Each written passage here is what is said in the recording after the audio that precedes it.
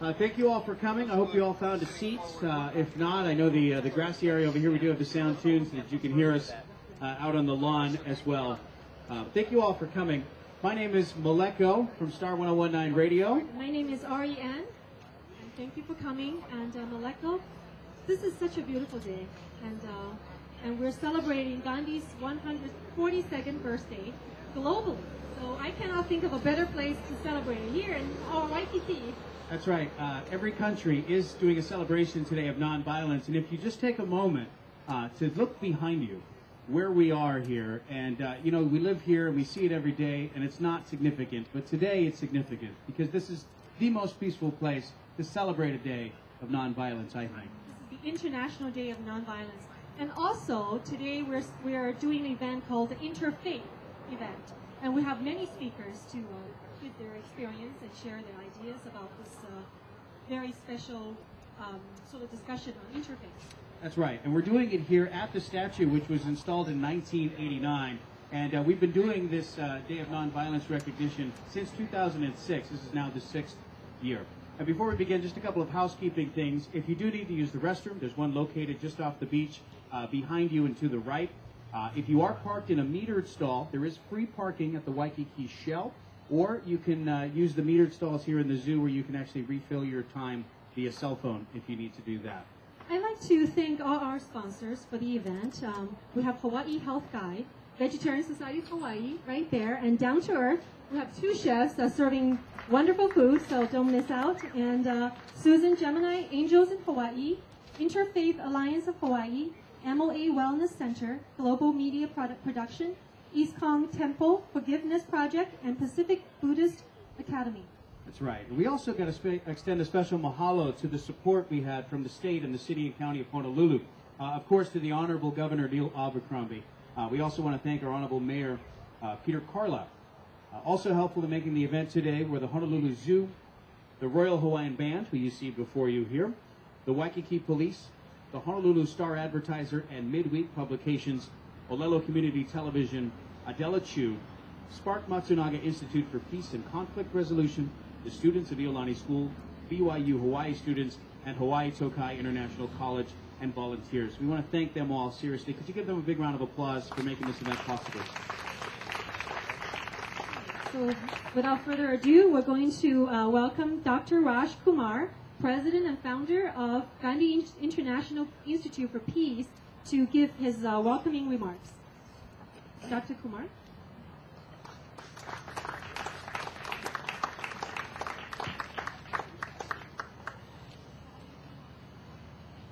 Good evening. Thank you everyone taking your precious time to come and attend the 142nd birthday of the divine soul of Mahatma Gandhi. In 2007 June, United Nations declares Gandhi's birthday as the International Day of Nonviolence. Since then, we have done some peace marches on an annual basis, and we have been doing peace rally, and we have been doing birthday celebration at this place. We have gathered here today to celebrate Mahatma Gandhi's 142nd birthday and International Day of Nonviolence. I was deeply hurt by the incident of September 11th and decided to plant the seed of our Peace Institute. Last month on 9/11, we had a memorial service to honor those souls who departed us on the day of 9/11 in New York. The mission of our institute is to educate youth and public to prevent violence in any form, inspire them to follow Gandhi's teaching, and do good deeds for the humanity, and raise awareness towards peace and nonviolence. Our main goal is to unite people to live and work in harmony, build bridges among various organizations and communities who have the similar goals to create world peace. We will have an essay competition among the high school students before the next year's event, and we will offer a scholarship and give certificates to those 3 winners who will write the best essay on Gandhi and world peace. Let me brief you about the most important incident of this great leader's life. Mahatma Gandhi was born on October 2, 1869 in Gujarat state, India. He became an attorney and practiced law in South Africa. Gandhi observed and faced racial discrimination in South Africa. An example of it was when he was traveling to Pretoria to attend a case for which he was hired. He purchased a first-class ticket and boarded the train. An Englishman boarded the same train at the next station. When he saw Gandhi in that compartment, he became furious and asked the conductor to remove him and said, "I cannot travel with this dark-skinned man." The conductor complied and asked Gandhi to sit in another compartment. Gandhi refused.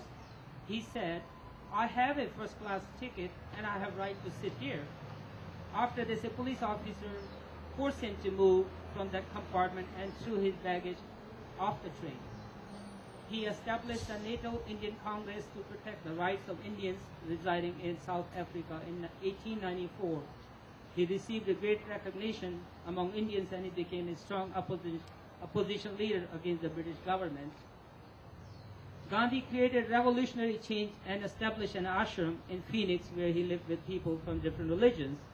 In 1910, he started a passive resistance movement known as Satyagraha in response to immigration restriction bill that did not allow Indians to enter South Africa.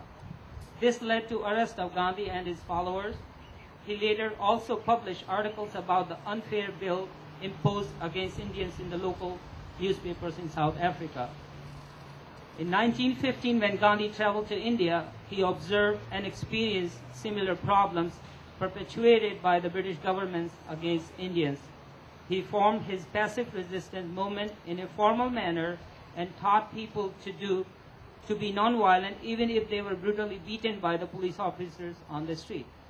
Whenever there was a communal riots among Hindus and Muslims, he made efforts to unite people and fasted for several days to create peace among public. He organized a spiritual gathering in his ashram and he united people through prayer, art, and music. That's why we have a special Royal Hawaiian Band here. We have moved to a new era of life, but we have not changed our thinking about violence and war. Currently, there is so much unrest happening in the Middle East. Famine in Africa, and the world is facing a global economic crisis. Violence can be seized by positive communication, love, kindness, forgiveness, tolerance, and acceptance of others. We have fought more than 165 wars since World War II. This reminds us that we have advanced ourselves in technology and science and every area of life, but we have not done enough to educate the younger generation to learn the lessons of love, truth, nonviolence, and living in peace with our fellow men. The main causes of war are ego, anger, greed, lust, and desire to acquire material possessions. Once we know our higher self and the purpose of our existence, we learn to eliminate these causes of war, then there will be peace on earth. Gandhi said, "An eye for an eye will make the world blind." Gandhi believed and practiced ahimsa, which means do not harm others in your thoughts, words, and actions. Gandhi was inspired by the teachings of Bible, Gita, Torah, Dhammapada, and Quran. We have forgotten the messages of the scripture and a spiritual leader who came to earth at different times and places to teach us to love and respect one another. The amount of money we spend on war, if we could spend 10% of that money constructively for noble cause, then we can remove the poverty from earth. This is the time to bring Gandhi's philosophy and teaching back to the modern world, create equality among men and women, and teach our children to live in harmony with those who are different. This is the time to change the world from capitalism to spiritualism.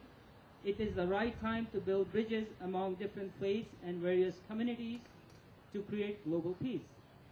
The way charity begins at home, in the same way peace begins with self and family, then it spreads from families to communities and from various communities to different nations.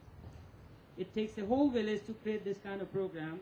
I want to thank all of our board members and volunteers to put this program together, leaders of the communities who have joined us today together right here, to honor the soul of Mahatma Gandhi. Before I end it, I have a very special message came from New York, from Mahatma Gandhi's grandson, Mr. Arun Gandhi, who was here in April this year. He sent a few lines to read, and I'm honored to read those lines from Mr. Arun Gandhi.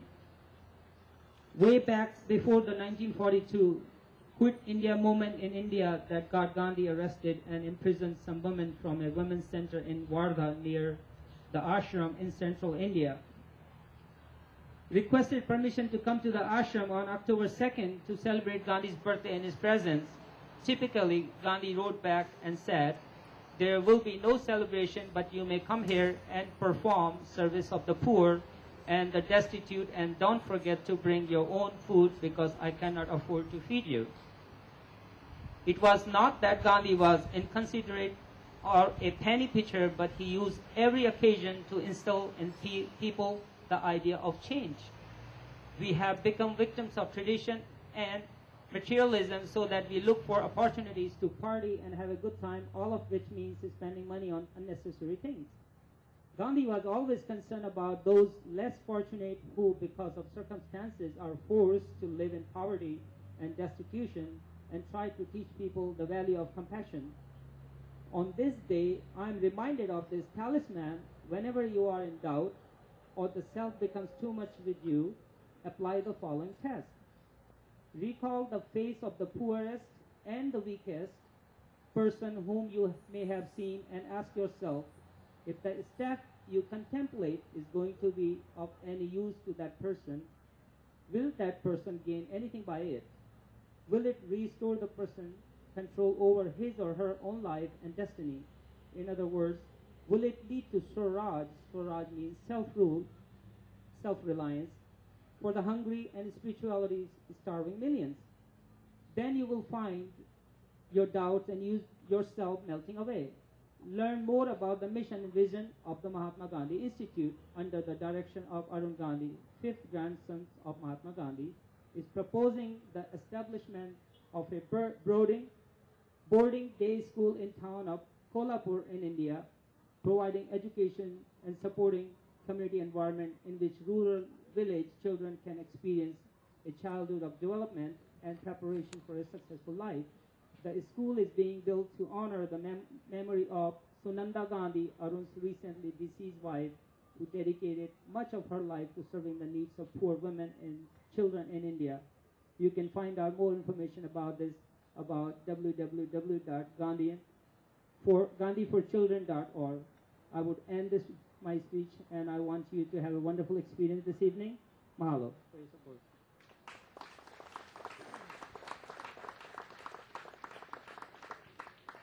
Thank you, Raj. And now our Royal Hawaiian Band is going to perform.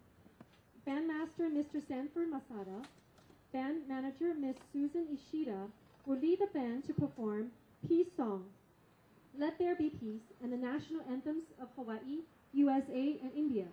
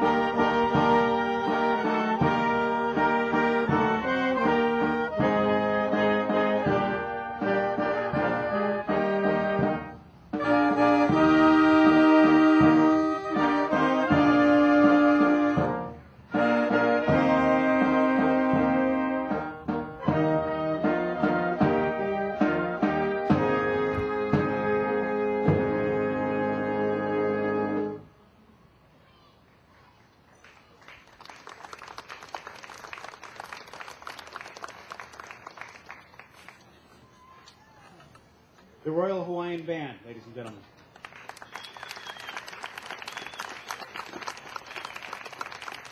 Just to reiterate the songs they performed, the last song was the national anthem of India. Before that, of course, the United States national anthem, the anthem of Hawaii, and they started with Let There Be Peace. We continue with our International Day of Nonviolence by recognizing some important proclamations today. First, we'd like to bring up Dr. Shintani to present a proclamation from the Honorable Governor of the State of Hawaii. Hello, everyone.